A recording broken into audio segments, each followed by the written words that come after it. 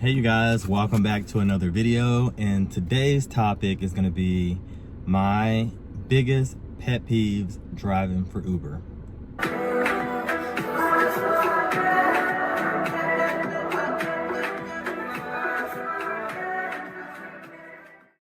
This probably has to be my biggest pet peeve, and that's when customers get in the car, you're en route to their destination, and then you get that good old notification in the Lyft app letting you know that the customer changed their drop-off location, or even worse, they added a stop.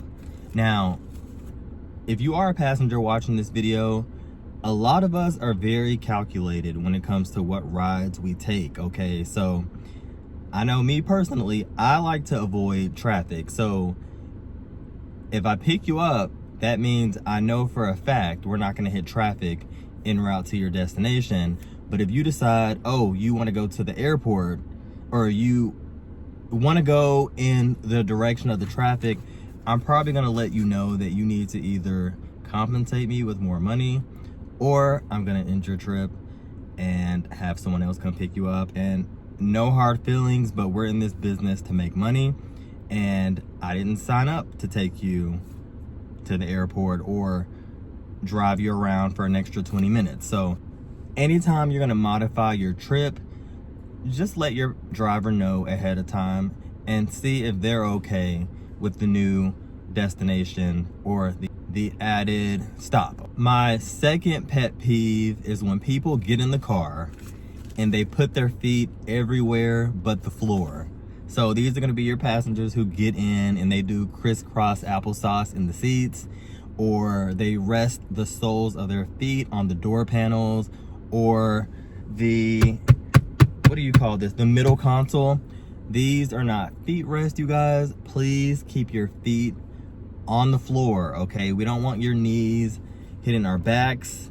We don't want your knees on the seats. We don't want your feet touching any of the interior of our car besides the floor mat. The soles of your feet are dirty, and I actually take that as a sign of disrespect when people get in the car and they place their feet anywhere but the floor. I'm kind of side-eyeing you.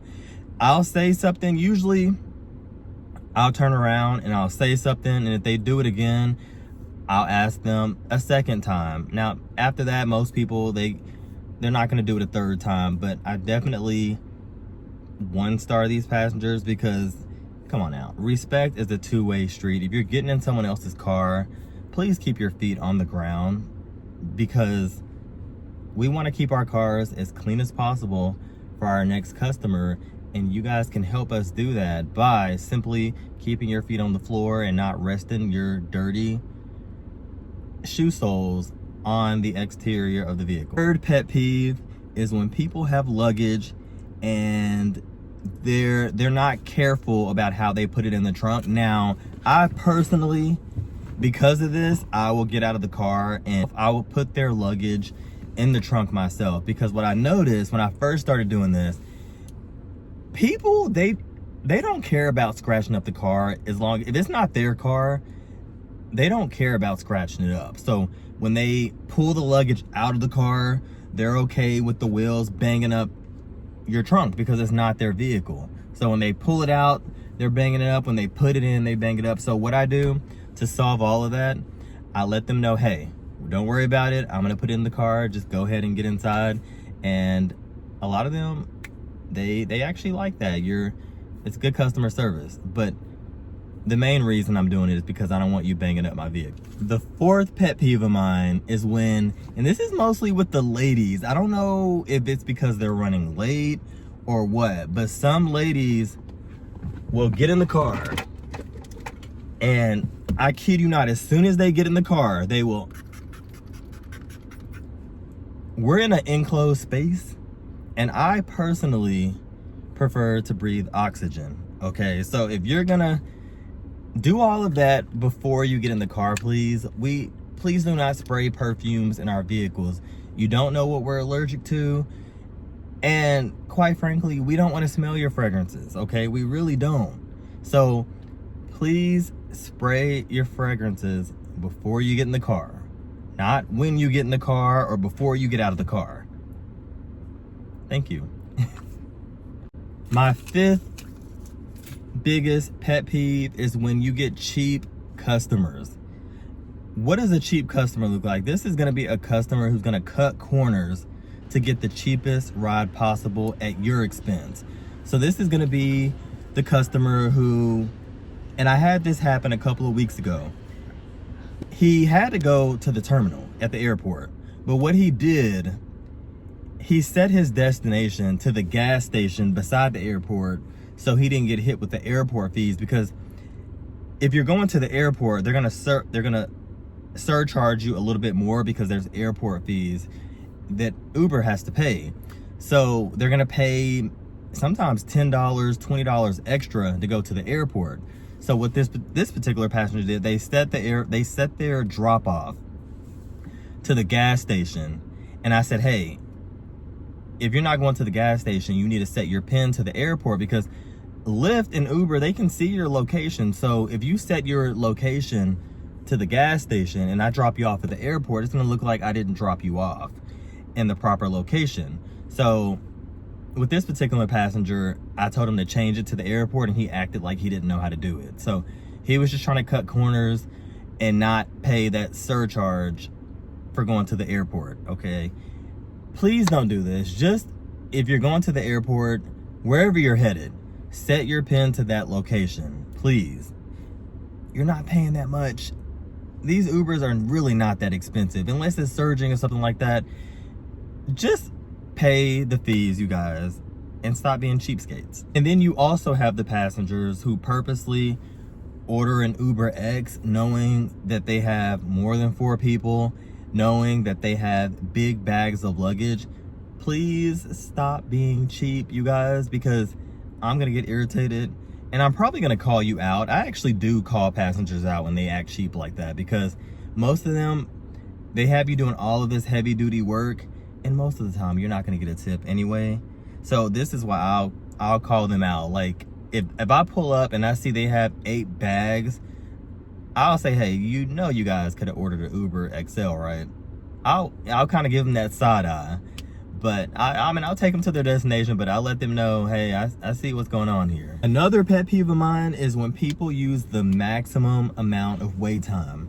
So let's say it takes you 10 minutes to get there, and I usually will text the customer, hey, I'll be there in 7 minutes, so they can already be on the way downstairs, because there's a lot of condos in Nashville, and I get it, it takes time to come downstairs, and sometimes you'll order a trip and they'll give you a driver that's 20 miles out, then other times there's a driver close by. Some people purposely, though, wait the extended amount of time possible, like you're their private driver. Getting private driver rates, please be ready when we pull up, because you're gonna get in the car and I'm gonna be irritated that you just made me wait 5 minutes. And after that 5-minute mark, when that timer goes down, I'm gone. And I don't care if you're walking towards the car, I'm gone. Actually, I'm not that petty, but please, to the passengers who use all of that wait time, please just come outside on time. We don't like waiting for you. And sometimes it's in the most inconvenient spots. I'm personally not gonna block traffic because you decided you wanted to use all of your wait time. My next pet peeve, when customers get in the car and they're just asking non-stop questions. Some customers, silence is awkward for them, so they'll fill that silence with these cookie cutter questions, small talk. It's okay to just sit back and relax, okay? Every now and then you'll get somebody who will get in the car and they'll just ramble off all of these questions. You know, how long you been doing Uber? Do you like it? How much do you make? Are you single? Do you work? Do you do another job beside this? Does Uber take care of you? Does Lyft take care of you? How far away from the city do you live? Guys, calm down. We don't like this. Now, some people, if they're very much extroverted, they may enjoy these conversations, but please don't get in the car and start rambling off all of these questions. It's a little irritating. For me personally, especially me being an introvert, I don't really care for small talk. I like meaningful conversation. Like I said, this is gonna be based on a driver. This is gonna be based on a driver basis. What am I trying to say? This is gonna be based off your driver. So some drivers are okay with the nonstop talking. Other drivers, they're okay with casual conversation that's more organic, okay? I don't wanna feel like I'm being interviewed by a passenger. This is probably the most annoying pet peeve of mine. And I've noticed it's with a certain demographic, I'm not gonna lie.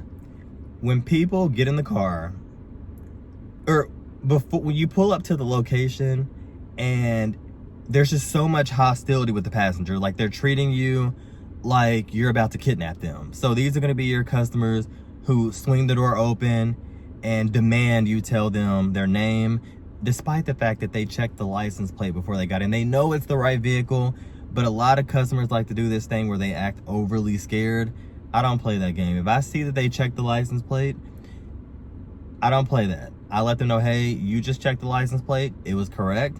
I need you to confirm my name so I can know who you are. Another pet peeve of mine is customers who like to talk about sensitive topics. So for some reason, a lot of people, and I don't know if it's because people are feeling bold because you're actually providing a service, so you can't treat them a certain type of way, or maybe it's the energy you're emitting. But I had a guy a couple of months ago. I picked him up in a nice neighborhood. It was a middle-class black neighborhood. And this guy tells me, hey, I just moved from California.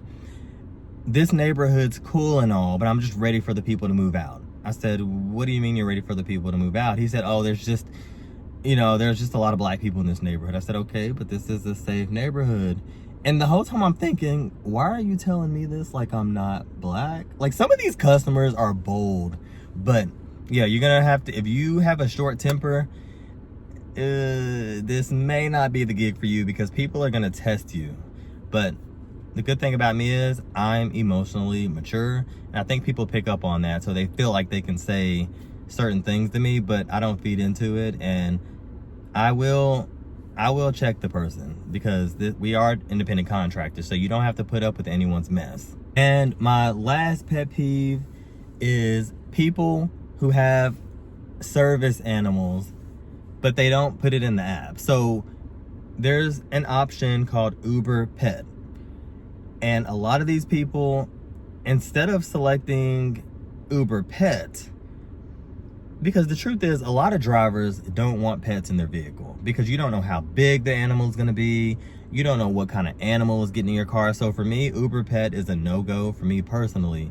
But what a lot of people do, they'll order an Uber X or a basic Lyft ride, and they'll have an animal, and it's clear that this animal is not a service animal, just based on how the animal acts. Service animals, they act a certain way, and you can just tell, like, this is not a service animal. Better tip me when you get out of the car. And if they don't tip, I usually 1-star them, because again, you're being cheap. This kind of ties into you being cheap at the expense of the driver, because a lot of times you're gonna have to stop what you're doing and vacuum the car out, or use a lint roller of some sort to get the hair out of your seats. A lot of people in Nashville, though, have animals that are hypoallergenic. They don't shed. I learned that doing rideshare. I didn't know that there were breeds of animals that didn't shed. So that was a little education for me. I was not aware of that before I started doing Uber. So those were my pet peeves. If you're a Lyft driver or Uber driver, what are some of your pet peeves? And if you're a passenger and you happen to be watching this video, what are some of your pet peeves when it comes to drivers? Because I'm sure you guys have some pet peeves when it comes to us. I hear you guys talking about it when you get in the car. Most passengers will tell me their biggest pet peeves are drivers whose cars stink. And I tell them a lot of times it's the passengers who are getting in and out. That's really what it is. But some drivers do have bad BO. If you enjoyed this video, please like, comment, and subscribe. And I will see you in the next one. Peace.